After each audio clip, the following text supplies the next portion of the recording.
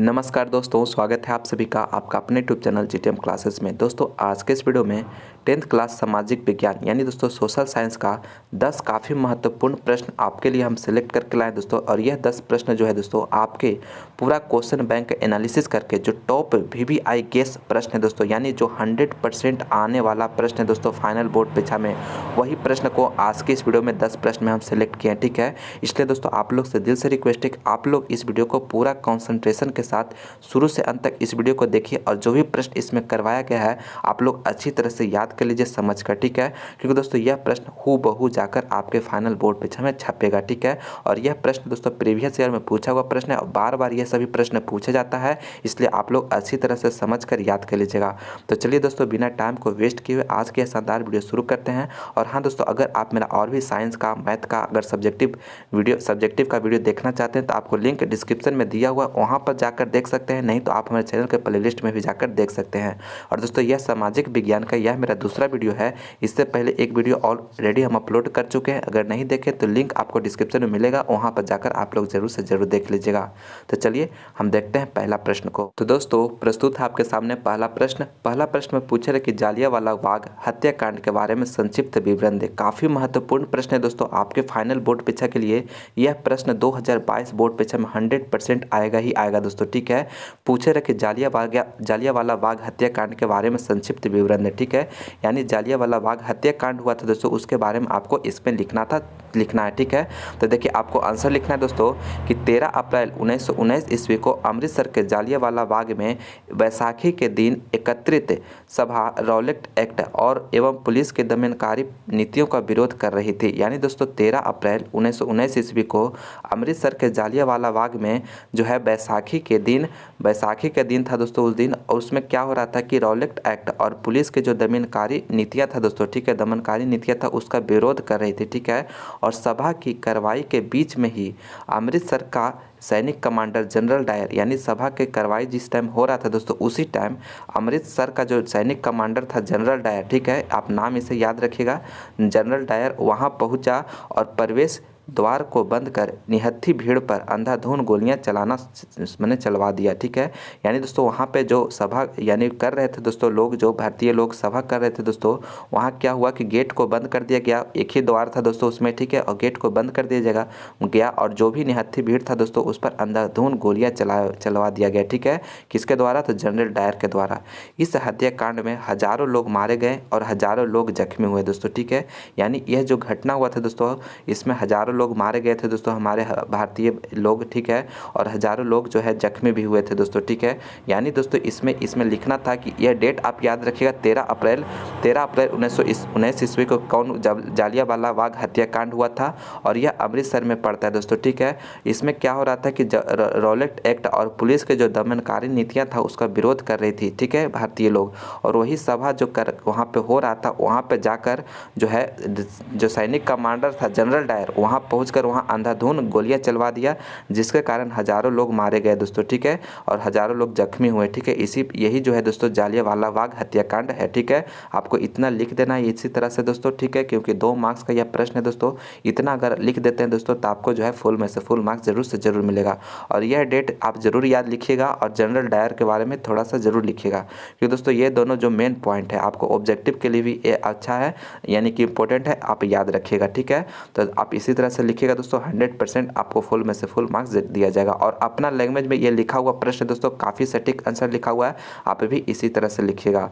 चलिए अगला प्रश्न अब देखते हैं। दूसरा नंबर पूछे रहा कि चिपको आंदोलन का वर्णन करें। दोस्तों ये भी काफ़ी महत्वपूर्ण प्रश्न दोस्तों इस साल 2022 बोर्ड परीक्षा में 100% पूछा जाएगा दोस्तों। ठीक है, यानी कि दोस्तों इस वीडियो में 10 प्रश्न जो हम सेलेक्ट किए हैं दोस्तों, पूरा क्वेश्चन बैंक को एनालिसिस करके जो महत्वपूर्ण प्रश्न है दोस्तों, जो 100% आने का चांसेज है दोस्तों, वही प्रश्न इस वीडियो में हम आपको करवा रहे हैं दोस्तों। ठीक है, इसलिए आपको क्या करना है कि इस वीडियो को एकदम पूरा कंसंट्रेशन के साथ आप इस वीडियो को शुरू से अंत तक देखिए।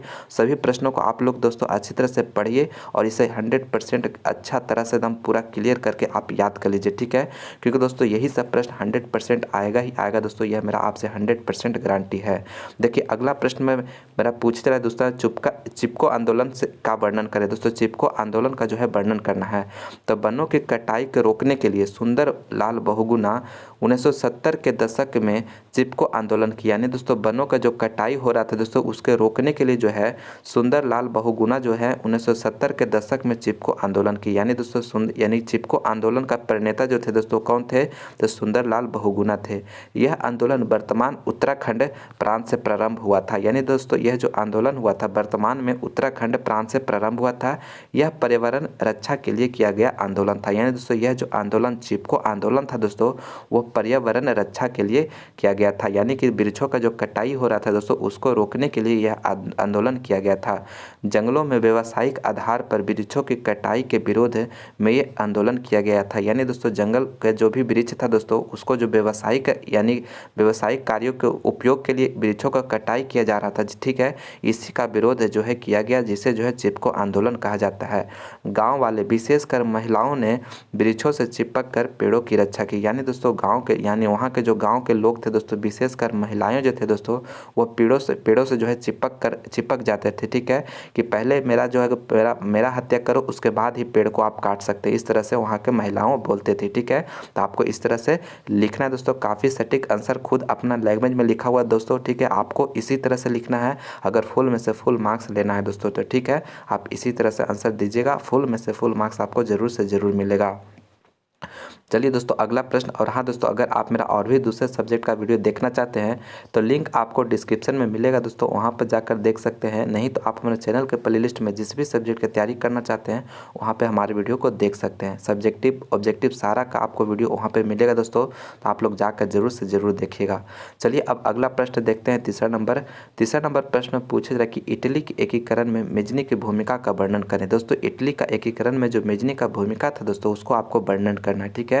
काफ़ी महत्वपूर्ण प्रश्न है ये भी दोस्तों, ठीक है, आप लोग अच्छी तरह से याद रखिएगा। देखिए आंसर लिखा हुआ कि मेजनी एक सेनापति, दार्शनिक, साहित्यकार और एक गणतंत्र का समर्थक था। यानी जो मेजनी था वह सेनापति था, दार्शनिक था, साहित्यकार था और गणतंत्र के समर्थक था।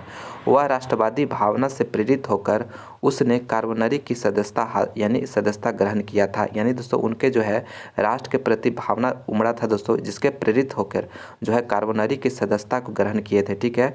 और 1831 ईस्वी में स्थापित यंग इटली संस्था के माध्यम से संपूर्ण इटली का एकीकरण का प्रयास किया। यानी दोस्तों 1831 दोस्तों 1831 ईस्वी में जो यंग इटली संस्था स्थापित हुआ उसके माध्यम से संपूर्ण इटली में एकीकरण का प्रयास किया था। कौन? तो मेजनी ने। और चार्ल्स एल्बर्ट और पोप की वजह से वह असफल रहा। यानी दोस्तों वह जो है मेजनी जो है दोस्तों इटली के एकीकरण करने में असफल रहा था दोस्तों, ठीक है। किसके कारण? तो चार्ल्स एल्बर्ट और पोप की वजह से। अंततः मेजनी को इटली से पलायन करना पड़ा। यानी दोस्तों अंततः जो है दोस्तों मेजनी को जो है इटली को है छोड़ना पड़ा था दोस्तों, ठीक है। तो यही है दोस्तों इटली का एकीकरण का जो भूमिका है वही आपको इस तरह से लिखना था। यानी इससे और भी पूछे यानी कि मेजनी कौन था ये भी प्रश्न पूछ सकता है, तो इसमें वही जवाब देना है, ठीक है। इटली के एकीकरण में मेजनी का क्या भूमिका था, यानी कि इस तरह से प्रश्न रहेगा तो आपको आंसर यही लिखना है दोस्तों, यही आपको पूछा जाता है। आपके यह काफ़ी महत्वपूर्ण प्रश्न दोस्तों, ये भी प्रश्न आपके फाइनल बोर्ड परीक्षा में बार बार पूछे जाने वाला प्रश्न है, ठीक है। यानी पहले भी पूछ चुका है ये सब प्रश्न, यानी जितना भी प्रश्न इसमें सेलेक्ट किया ना दोस्तों वो सारा आपका प्रीवियस ईयर में पूछा हुआ प्रश्न और बहुत बार पूछा हुआ प्रश्न है, ठीक है। इसलिए आप लोग सभी को अच्छी तरह से याद करके समझ करके याद कर लीजिएगा ताकि इसका आंसर आप लोग सही देकर आए आपके फाइनल एग्जाम में। और दोस्तों जो भी प्रश्न याद हो जाए ना दोस्तों तो उससे क्या करिए, उसको ना कॉपी में आप एक प्रश्न को लिखिए और उसको बिना कहीं देखे हुए उसका आंसर लिखने का कोशिश करिए, ठीक है। फिर उसी तरह से यानी 1-2 बार प्रैक्टिस, क्योंकि अब समय कम ना है दोस्तों इसलिए प्रैक्टिस करना अब बहुत ही ज़रूरी है। क्या करना है कि इस तरह से क्वेश्चन लिख लेना है और लिखने के बाद उसको खुद से अपने बिना देखे हुए कहीं भी आपको लिखना है, प्रैक्टिस करना है, ठीक है। इस तरह से अगर आप करते चलते हैं दोस्तों तो आपको जो है यानी कॉन्फिडेंस जनरेट होगा, ठीक है। क्योंकि आपका जो टारगेट है दोस्तों 480 प्लस मार्क्स लाना, तो उससे अगर पूरा करना चाहते हैं तो आपको जो है पूरा मोटिवेटेड रहना होगा, पूरा एनर्जेटिक होना होगा और जब जितना समय बचा होगा उसमें एकदम पॉजिटिव माइंड होकर पूरा फुल मेहनत यानी कि पूरा फुल ऑन कॉन्फिडेंस के साथ मेहनत करना है, ठीक है। तभी जो है दोस्तों आप इस मुकाम को हासिल कर सकते हैं और 100% करिएगा, ये मेरा आपसे पूरा गारंटी है दोस्तों। बस आप जो है जितना कराया जा रहा है दोस्तों हमारे इस चैनल पे जीटीएम क्लासेस पे उतना करते चलिए, आप 100% पूरा ज़रूर से ज़रूर करिएगा। ठीक है। और दोस्तों अगर आप अभी तक हमारे इस वीडियो को लाइक नहीं किए हैं तो प्लीज़ आप इस वीडियो को लाइक जरूर कर दीजिएगा, अपने दोस्तों में इस वीडियो को ज़्यादा से ज़्यादा शेयर भी जरूर करिएगा दोस्तों, ठीक है। और चैनल को सब्सक्राइब नहीं किए हैं तो जीटीएम क्लासेस चैनल को, तो प्लीज़ आप चैनल को सब्सक्राइब भी जरूर से जरूर कर लीजिएगा और शेयर जरूर करिए दोस्तों, क्योंकि काफ़ी मेहनत से दोस्तों हमको इसका PDF तैयार करने में, इसको क्वेश्चन को टाइप करने में काफ़ी मेहनत करना पड़ता है। इसलिए अपने दोस्तों में इस वीडियो को ज़्यादा से ज़्यादा शेयर करिएगा, ठीक है, ताकि जो है आपका फ्रेंड दोस्त भी इस वीडियो को देखकर कुछ नॉलेज हासिल कर सके। मेरा अगला प्रश्न है दोस्तों चौथा नंबर प्रश्न में पूछा कि समुच्चय कृषि से आप क्या समझते हैं। काफ़ी महत्वपूर्ण प्रश्न दोस्तों फाइनल बोर्ड परीक्षा के लिए, ठीक है।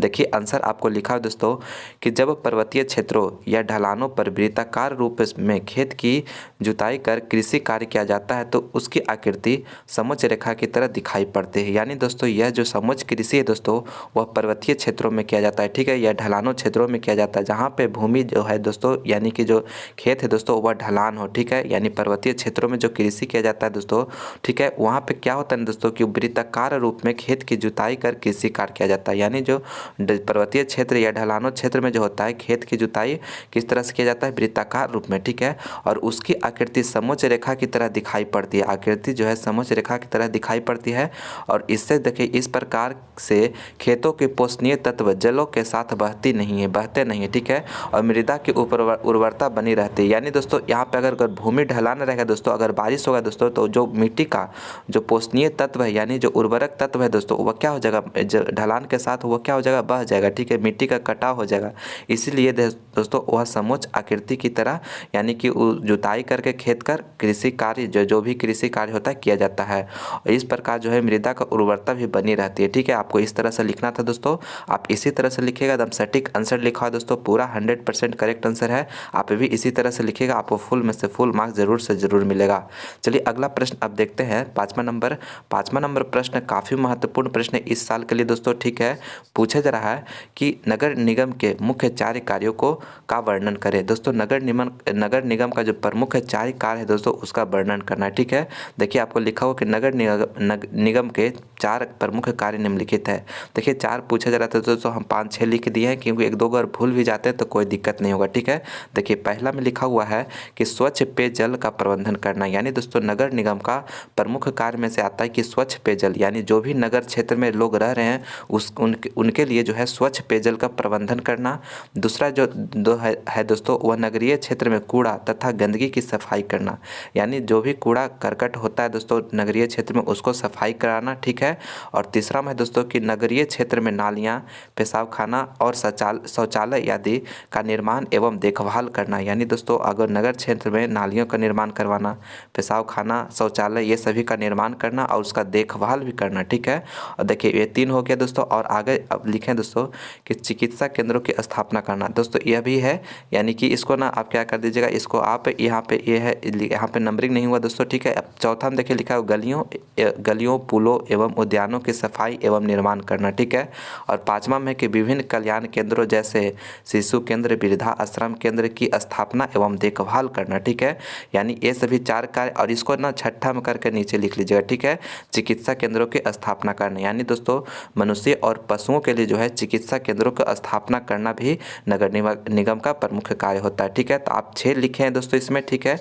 ये यहाँ पे इसको चिकित्सा केंद्रों की स्थापना करना को ना छठा नंबर करके आप इसे नीचे कर दीजिएगा, ठीक है। यहाँ 5 नंबर तक नंबरिंग से हो गया और ये छठा नंबर में इसको कर दीजिएगा नीचे में, ठीक है। आप समझिए। तो दोस्तों 6 लिखे हैं, 4 पूछा जा रहा था दोस्तों, ठीक है, क्योंकि ये लघुत्तरीय प्रश्न 2 मार्क्स का प्रश्न है तो 4 पूछा जा रहा था, तो आपको 6 जवाब दे दिए हैं ताकि 1-2 भूल भी जाएगा तो उसे आपको कोई प्रॉब्लम ना हो, ठीक है। तो इसलिए आप 4 कम से कम 5 जरूर याद रखिएगा दोस्तों, ठीक है। और 4 पूछे तो 5 लिखिए ताकि जो है आपको फुल में से फुल मार्क्स दे सके, ठीक है। और आपको इसी तरह से पॉइंट वाइज करके लिखना है दोस्तों, ठीक है। ऐसा नहीं कि एक ही लाइन में सब लिखते चले गए। इस तरह से दीजिएगा ना तो मार्क्स देने में जो कॉपी एग्जामिनर होगा दोस्तों आपको कॉपी चेक करेगा तो इसको अच्छा लगेगा देखने में कॉपी, ठीक है, और फुल में से फुल मार्क्स देगा, ठीक है। तो चलिए अब अगला प्रश्न देखते हैं। मेरा छठा नंबर प्रश्न काफ़ी महत्वपूर्ण प्रश्न दोस्तों इस साल के लिए पूछे था कि ATM क्या है दोस्तों। ATM जो है दोस्तों क्या है, ठीक है, काफ़ी महत्वपूर्ण प्रश्न दोस्तों, ठीक है। फाइनल बोर्ड परीक्षा 2022 में 100% आएगा। इसका आंसर देखिए लिखा हुआ, आर्थिक विकास के दौर में बैंकिंग संस्थाओं द्वारा प्लास्टिक के एक टुकड़े को भी मुद्रा के रूप में उपयोग किया जाने लगा है। यानी दोस्तों आर्थिक विकास, यानी दोस्तों अभी जो आर्थिक विकास का दौर चल रहा है दोस्तों उसमें बैंकिंग संस्थाओं के द्वारा प्लास्टिक को भी एक टुकड़े को भी मुद्रा के रूप में उपयोग किया जाने लगा है। ठीक है, एटीएम प्लास्टिक मुद्रा का एक रूप है। एटीएम जो है दोस्तों एक प्लास्टिक मुद्रा का एक रूप है। इसका अर्थ स्वचालित टेलर मशीन यानी ऑटोमेटिक टेलर मशीन है। ठीक है, यानी इसका एटीएम का जो फुल फॉर्म होता है दोस्तों वो क्या होता है, ऑटोमेटिक टेलर मशीन होता है। फुल फॉर्म भी आप याद रखिएगा, ऑब्जेक्ट के लिए महत्वपूर्ण है। ठीक है, और यह मशीन 24 घंटे रुपये निकालने के लिए सेवा प्रदान करता है। यानी दोस्तों यह जो एटीएम मशीन होता है दोस्तों वह क्या होता है, 24 घंटा आप कभी भी रुपया निकाल सकते हैं, पैसा निकाल सकते हैं। क्योंकि बैंक जो होता है दोस्तों एक समय अंतराल में ही खुला हुआ रहता है, लेकिन एटीएम जो है 24 घंटा खुला हुआ रहता है, आप कभी भी उससे पैसा निकाल सकते हैं। तो यही दोस्तों आपको एटीएम का पूछा जा रहा था, एटीएम क्या है। काफ़ी महत्वपूर्ण प्रश्न दोस्तों। ठीक है, जो भी प्रश्न इस वीडियो में हम सेलेक्ट करके लाए दोस्तों काफ़ी महत्वपूर्ण प्रश्न है। 10 प्रश्न आपको कराए हैं इस वीडियो में। सभी प्रश्नों को आप लोग 100% अच्छी तरह से समझकर याद कर लीजिएगा, क्योंकि दोस्तों यही सब प्रश्न आपके फाइनल बोर्ड परीक्षा में 100% हूबहू लड़ेगा ही लड़ेगा दोस्तों। ठीक है, तो सभी सब्जेक्ट का हम वीडियो यानी कि क्वेश्चन इसमें सेलेक्ट करके ला रहे हैं दोस्तों। हिस्ट्री का, सिविक्स का, पॉलिटिकल साइंस का यानी कि, और मेरा ज्योग्राफी का यानी कि डिजास्टर मैनेजमेंट का, ठीक है, आपदा प्रबंधन का, सभी का हम आपको ज्योग्राफी का ये सभी का क्वेश्चन आपको इसमें प्रोवाइड करा रहे हैं। ठीक है, और यही सब प्रश्न 100% आएगा ही आएगा दोस्तों। ठीक है, आप लोग पूरा अच्छा तरह से वीडियो को देखिए और पूरा वीडियो देखकर आप लोग याद कर लीजिएगा। ठीक है, और दोस्तों इसका पीडीएफ लेना चाहते हैं तो आप हमारे टेलीग्राम पर आप जुड़ जाइए। ठीक है, वहाँ पे लिंक आपको डिस्क्रिप्शन में दिया है टेलीग्राम का, नहीं तो आप जाकर जीटीएम क्लासेस सर्च करिए, वहाँ पे आपको हम इसका पीडीएफ प्रोवाइड करा देंगे। देखिए अगला प्रश्न मेरा 7वां नंबर प्रश्न में पूछा है कि आतंकवाद लोकतंत्र की चुनौती है कैसे। काफ़ी बार यह आपके फाइनल यानी कि बोर्ड परीक्षा में पूछा हुआ प्रश्न है। ठीक है, इस साल के लिए भी ये काफ़ी महत्वपूर्ण प्रश्न है दोस्तों। ठीक है, गेस किया हुआ प्रश्न है ये सब। ठीक है, आंसर देखिए लिखना है कि आतंकवाद की समस्या लोकतंत्र के लिए चुनौती है, क्योंकि इससे देश की एकता और अखंडता खतरे में पड़ जाती है। यानी जो आतंकवाद है दोस्तों वह लोकतंत्र के लिए एक चुनौती है। क्यों? क्योंकि इससे जो है एकता और अखंडता खतरा यानी पड़ जाती है, देश की एकता और अखंडता में खतरा पड़ जाती है। आतंकवाद के कारण देश का विकास अवरुद्ध हो जाता है, यानी आतंकवाद के कारण देश का विकास अवरुद्ध हो जाता है। आतंकवाद की समस्या आज विश्व के सभी देशों में व्याप्त है। यानी दोस्तों आतंकवाद का जो समस्या है दोस्तों वो लगभग विश्व के सभी देशों में व्याप्त है। ठीक है, अतः आज ज़रूरत है इस समस्या से निपटारा के लिए संकीर्ण दलीय राजनीति से ऊपर उठकर इसे हल किया जाए। ठीक है, आतंकवाद की समस्या आज के लोकतांत्रिक देशों के गंभीर चुनौती है। यानी दोस्तों आज का आतंकवाद जो है दोस्तों आज के लोकतांत्रिक देशों के लिए एक गंभीर चुनौती बना हुआ है। ठीक है, आपको इसी तरह से आंसर लिखना था दोस्तों। इसमें पूछा रहा था कि आतंकवाद लोकतंत्र की चुनौती कैसे है। काफ़ी बार यह आपके बोर्ड परीक्षा में पूछा हुआ प्रश्न है। इस बार बस दोस्तों यह प्रश्न 100% पूछा जाएगा ही जाएगा। ठीक है, इसलिए आप लोग अच्छी तरह से इसे याद कर लीजिएगा। आप लोग इसी तरह से लिखिएगा दोस्तों, सटीक आंसर लिखा हुआ है। इतना अगर आप लिख देते हैं अगर कॉपी में तो आपको 2 मार्क्स देने से कोई भी नहीं रोक सकता है। ठीक है, तो चलिए अब अगला प्रश्न देखते हैं।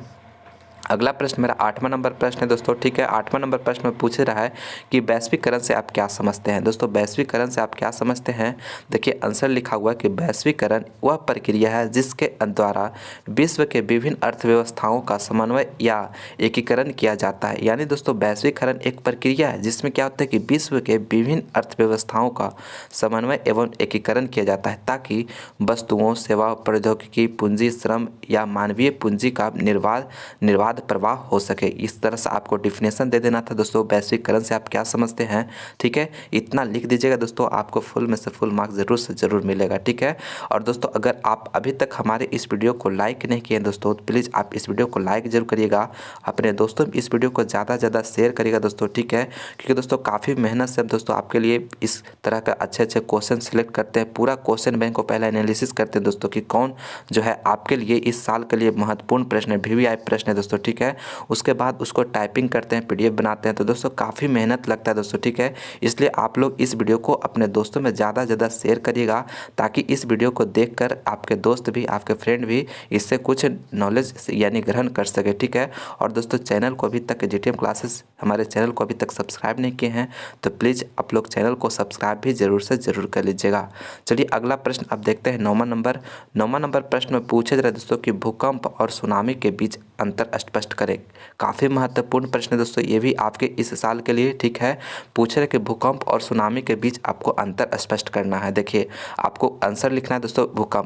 भूकंप का डिफिनेशन बता दीजिए कि जब पृथ्वी की आंतरिक गतिविधियों के कारण धरती पर अचानक कंपन उत्पन्न होता है तब इसे भूकंप कहा जाता है। यानी दोस्तों पृथ्वी के यांत्रिक गतिविधियों के कारण, यानी कि पृथ्वी के अंदर दोस्तों कुछ ऐसा हलचल होता है, आंतरिक गतिविधियों के कारण ऐसा कुछ होता है दोस्तों कि धरती की सतह जो है, यानी धरती जो है दोस्तों वह अचानक कंपन करने लगती है, ठीक है। कंपन उत्पन्न होता है, इसे ही भूकंप कहा जाता है, ठीक है। आपको इस तरह से इसका डिफिनेशन दे देना था। और अगला देखिए दोस्तों सुनामी। तो सुनामी का क्या लिखा हुआ है कि सागर या महासागर के भीतर अचानक जब बड़ी तेज हलचल होने लगती है तो उसमें उफान उठता है। इससे ऐसी लंबी और बहुत ऊंची ऊंची लहरें उठना शुरू हो जाता है जो ज़बरदस्त आवेग के साथ आगे बढ़ता है। इन्हीं लहरों को रेले को सुनामी कहा जाता है। यानी दोस्तों यह जो भूकंप जो होता है दोस्तों, सागर या महासागर के अंदर भूकंप आता है, यानी अचानक जो है इसके समुद्र और सागर के बीच यानी भीतर अचानक बहुत तेज़ी से गतिविधियों के कारण, माने के आंतरिक गतिविधियों के कारण जो है बहुत तेज़ी से हलचल होने लग जाता है सागर और महासागर में, जिससे क्या होता है दोस्तों कि वहाँ पे ऊंची ऊंची जो है लहरें उठने लगती है, ठीक है। और यह लहरें जो है दोस्तों वह समुद्र तट की ओर बढ़ता है पूरा ज़बरदस्त आवेग के साथ, ठीक है। और इससे जो है यह जो लहरों का जो रेले है इसी को क्या कहते हैं, सुनामी कहते हैं दोस्तों, ठीक है। दोनों जो भूकंप और सुनामी जो है दोस्तों दोनों क्या है, प्राकृतिक आपदा है, ठीक है, प्राकृतिक आपदा है। तो इसलिए इस तरह से दोनों का अंतर पूछ रहा था, तो दोनों को अलग अलग लिखकर डिफिनेशन लिख दीजिएगा। आपको फुल में से फुल मार्क्स ज़रूर से ज़रूर दे दिया जाएगा दोस्तों, ठीक है। और आप दोस्तों अगर आप मेरा दूसरा वीडियो है, ठीक है, सोशल साइंस का, अगर पहला वीडियो नहीं देखे तो आपको लिंक डिस्क्रिप्शन में दिया हुआ, वहाँ पर जाकर आप देख सकते हैं। और दोस्तों और भी दूसरे सब्जेक्ट का आप सब्जेक्टिव प्रश्न का वीडियो देखना चाहते हैं, मैथ का, साइंस का, आपको लिंक डिस्क्रिप्शन में दिया हुआ, वहाँ पर जाकर आप लोग देख सकते हैं, ठीक है। जिसमें आपको फाइनल बोर्ड परीक्षा 2022 के लिए गेस किया हुआ प्रश्न सारा प्रोवाइड किया हुआ है, वही सब प्रश्न 100% आएगा, ठीक है। तो आप लोग वो सभी वीडियो भी जाकर जरूर से ज़रूर देखिएगा, ठीक है। चलिए अगला प्रश्न अब देखते हैं। मेरा 10वां नंबर प्रश्न में पूछे रहे कि अर्थव्यवस्था किसे कहते हैं। काफ़ी महत्वपूर्ण प्रश्न है दोस्तों, ठीक है। पूछे रहे कि अर्थव्यवस्था किसे कहते हैं।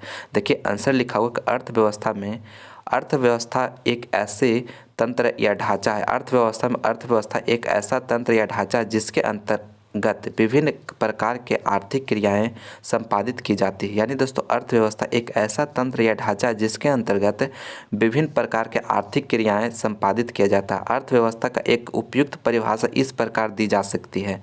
अर्थव्यवस्था आर्थिक क्रियाओं का एक ऐसा संगठन है जिसके अंतर्गत लोग कार्य करके अपनी आजीविका चलाते हैं, अर्थात समाज के सभी आर्थिक क्रियाओं का योग है। यानी दोस्तों अर्थव्यवस्था एक आर्थिक क्रियाओं का एक ऐसा संगठन है जिसके अंतर्गत यानी जितने भी लोग हैं दोस्तों अपना कार्य करके आजीविका चलाते हैं, ठीक है। और अर्थव्यवस्था जो है समाज के सभी आर्थिक क्रियाओं का योग है दोस्तों, ठीक है। इस तरह से आपको डिफिनेशन यानी कि इस तरह से लिख देना था, ठीक है। अर्थव्यवस्था किसे कहते हैं आप इसी तरह से लिखिएगा दोस्तों, ठीक है। आपको जो अगर पूरा फुल में से फुल मार्क्स देना है तो आप लोग इसे अच्छी तरह से समझकर अपना लैंग्वेज में लिखने का कोशिश करिएगा, ताकि जो है आपका सटीक आंसर हो सके, ठीक है। और इसी तरह से आपको आंसर देना है। तो आप इस तरह से अगर लिख देते हैं ना दोस्तों तो आपको 2 में से 2 मार्क्स 100% मिलेगा ही मिलेगा, ठीक है। तो फाइनली दोस्तों आज के इस वीडियो में दोस्तों 10 काफ़ी महत्वपूर्ण सब्जेक्टिव प्रश्न आपको करवाएं दोस्तों, सामाजिक विज्ञान सोशल साइंस का। इसी तरह से दोस्तों अगर आप साइंस का, मैथ का और भी दूसरे सब्जेक्ट का अगर सब्जेक्टिव प्रश्न का वीडियो देखना चाहते हैं तो लिंक आपको डिस्क्रिप्शन में मिलेगा, वहाँ पर जाकर देख सकते हैं। नहीं तो दोस्तों चैनल के प्लेलिस्ट में भी जाकर आप लोग देख सकते हैं उस सभी वीडियो का, ठीक है दोस्तों। अगर आप इसका PDF चाहते हैं, लेना चाहते हैं दोस्तों, तो आप हमारे टेलीग्राम चैनल से जुड़ जाइए, वहाँ पर इसका PDF ही आपको प्रोवाइड किया जाएगा, ठीक है। लिंक डिस्क्रिप्शन में दिया हुआ है टेलीग्राम चैनल का। नहीं तो आप टेलीग्राम पे GTM क्लासेस सर्च करिए, उसका वहाँ पे आपको इसका PDF प्रोवाइड जल्दी करा देंगे, ठीक है। तो चलिए दोस्तों मैं उम्मीद करता हूँ कि यह वीडियो आपको पसंद आएगा। तो प्लीज़ आप इस वीडियो को लाइक करें, अपने दोस्तों में ज़्यादा से ज़्यादा इस वीडियो को शेयर करें। और आप हमारे यूट्यूब चैनल GTM क्लासेस को अभी तक सब्सक्राइब नहीं किए हैं तो प्लीज़ चैनल को सब्सक्राइब करके बेल आइकन भी प्रेस कर लीजिएगा, ताकि आने वाले वीडियो का नोटिफिकेशन आप लोगों को सबसे पहले मिले, ठीक है। चलिए आप लोग इसी तरह से मन लगाकर पढ़ाई करते रहिए दोस्तों, ताकि आपका जो टारगेट है 480+ मार्क्स लाने का, उसे 100% आप उसे पूरा कर सके, ठीक है। तो चलिए मिलते हैं अगले वीडियो में। इस वीडियो को देखने के लिए बहुत बहुत धन्यवाद।